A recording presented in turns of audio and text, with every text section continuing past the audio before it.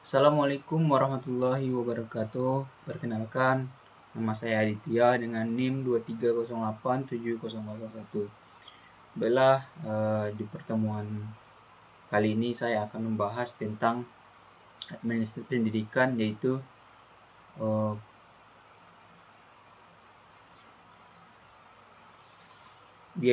administrasi kurikulum. Sebenarnya untuk konteks pendidikan di setiap satuan dan level pendidikan mulai yang paling rendah sampai ke perguruan tinggi, ini merupakan jantungnya hidup dan matinya sebuah proses pendidikan. Keberhasilan seorang anak keberhasilan disebabkan oleh proses pendidikan. Nah, sangat ditentukan oleh kurikulum seperti apa, bagaimana, dan garapan dari lembaga tersebut terhadap kurikulum yang akan disuguhkan kepada peserta didik. Bahkan untuk menjawab keinginan industri, keinginan pasar, tempat di mana lulusannya dan anak-anak atau peserta didik kita untuk bisa diterima di dunia kerja justru sangat ditentukan oleh kepiawaian, kehebatan lembaga atau pengelolaan pendidikan meramu menyiasati untuk menjawab hasrat dan keinginan industri itu. Masuk dalam perencanaan kurikulum di tempat kita, mudah-mudahan ini menjadi satu pemikiran buat bangsa dan negara, termasuk lembaga satuan pendidikan, apakah di sekolah ataupun di perguruan tinggi. Jangan hanya berasumsi, misalnya di perguruan tinggi seringkali ada asumsi karena tidak lulusan kita diserap sangat sedikit dunia kerja. Ada apa dengan dunia kerja? Atau justru peserta didik kita yang sudah wisuda berpikir saya sudah kuliah sekian lama, sudah menimba ilmu sekian rupa, tapi kenapa kenapa saya tidak mendapatkan peluang, atau justru sangat sulit mendapatkan peluang di dunia kerja, apalagi untuk di perguruan tinggi. Di perguruan tinggi tentunya PR terbesar sebenarnya bukan hanya di persoalan akademik atau persoalan kemauan si anak, tapi lebih besar sangat ditentukan oleh kurikulum yang ditawarkan kemudian diterima oleh anak dalam setiap proses pendidikan.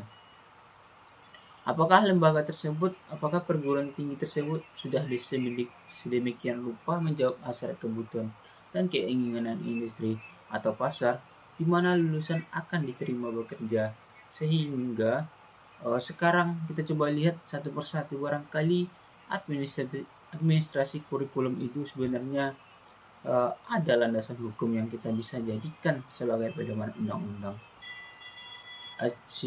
Sisdiknas nomor 20 tahun 2003. Di situ dijelaskan bahwa yang namanya administrasi kurikulum atau kurikulum itu adalah seperangkat rencana atau pengaturan mengenai tujuan, mengenai isi dan bahan pelajaran, serta cara strategi yang digunakan oleh lembaga satuan pendidikan untuk dijadikan sebagai pedoman penyelenggaraan proses belajar mengajar, atau istilah dalam undang-undang Sisdiknas adalah KBM. Kegiatan belajar mengajar untuk mencapai tujuan pendidikan ini kita ingat atau kita garis bawahi seperangkat rencana dan pengaturan mengenai tujuan, isi bahan pembelajaran, dan cara buat intinya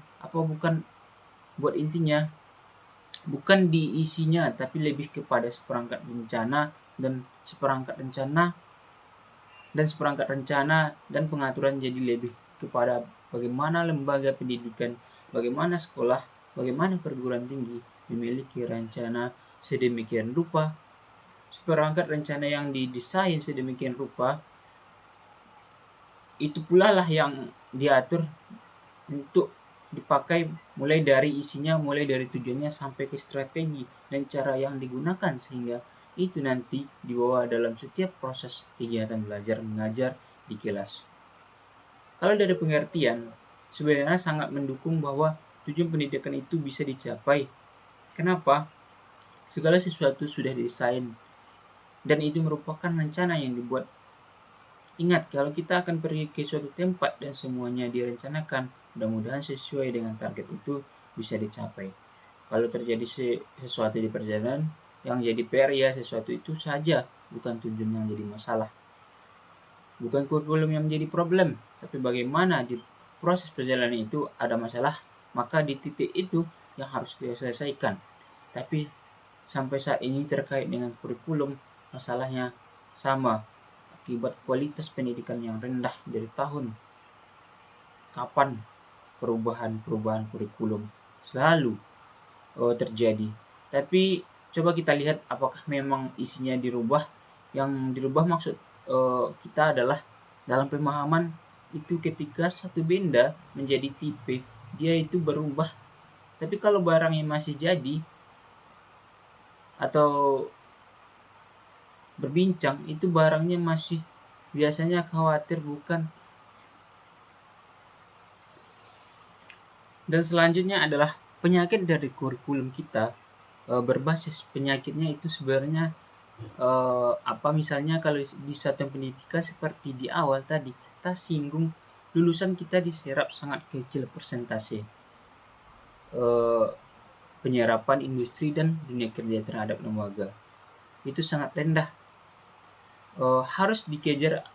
Ada masalah apa-apa barangkali 80% diantaranya disebabkan karena rencananya atau seperangkat rencana dan pengaturan dari kurikulum itu sampai ke proses KBM tadi, kegiatan belajar mengajar belum sesuai dengan keinginan dari industri.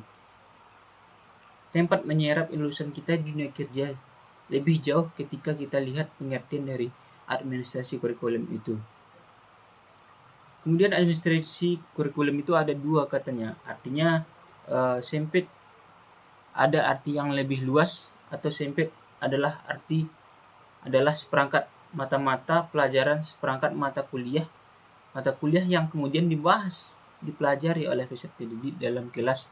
Tapi lebih daripada itu, yang namanya kurikulum adalah sejumlah eksperimen atau pengalaman belajar yang dimiliki oleh pendidik untuk kemudian ditawarkan, untuk kemudian dikembangkan, dan untuk kemudian dibagikan bersama si anak, sehingga si anak dan si peserta didik tidak hanya mendapatkan segala sesuatu secara teori, tapi dalam proses ekspor yang dibagikan oleh si guru dan si pendidik, dosen dan kelas akan jauh lebih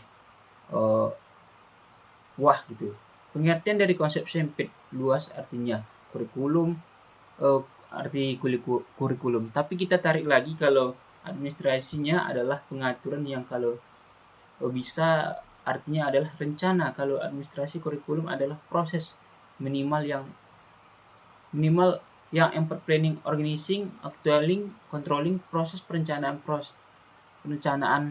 ini yaitu mengorganisasikan proses pelaksanaan dan kontrol terhadap kurikulum. Setiap lembaga satuan pendidikan, apa saja komponen-komponen dari kurikulum adalah satu jelas kurikulumnya, yang kedua celah, ada tujuan, yang ketiga ada kontennya, dan yang keempat adalah metode yang digunakan, dan yang kelima adalah evaluasi. Bayangkan kalau 5 ini masalah komponen yang didesain, diatur, direncanakan sedemikian rupa, apalagi sampai di lembaga pendidikan dilakukan terhadap yang harus sedikit masalah-masalah pendidikan itu bisa dicapai dengan standar ruang waktu yang lebih jelas. Kemudian dari tahun berapa perubahan kurikulum atau kurikulum pertama kali sampai kurikulum yang sekarang K13, terjadi perubahan-perubahan yang luar biasa. Tapi masalahnya masih tetap sama, yang udah indikasinya, dan pertanyaannya sederhana, apakah setiap komponen ini dibenahin? Apakah setiap komponen dari kurikulum ini sudah menjauh dari kata akumulasi, dari keinginan industri, dari tadi apakah sesuai dengan komponen ini didesain sedemikian rupa untuk menjawab atau melihat setiap penyakit di bagian-bagian itu, sampai di proses KBM harus sesuai yang sudah bersih diterima oleh peserta didik. Kemudian meskipun bicara memang tidak sederhana prakteknya, tapi ini menjadi PR terbesar kita.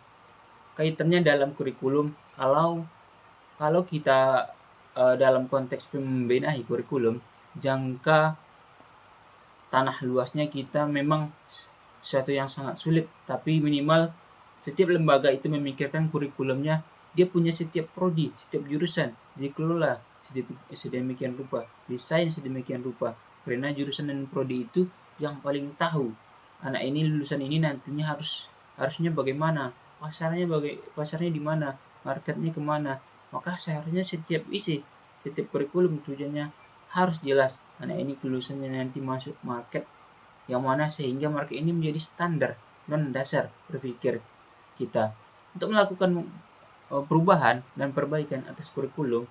Maka satu hal yang sangat kita mimpikan, bagaimana setiap lulusan kita dicari, diminati, ditunggu, diminta oleh industri dan di dunia kerja. Sekarang kita lihat lebih jauh tentang administrasi kurikulum. Minimal yang namanya administrasi dari minggu pertama atau pertemuan dari awal sudah kita bahas juga. Kita sudah berasumsi dalam konteks yang sama, dua kegiatan administrasi itu minimal menjalankan fungsi-fungsi manajemen 5 dan 4.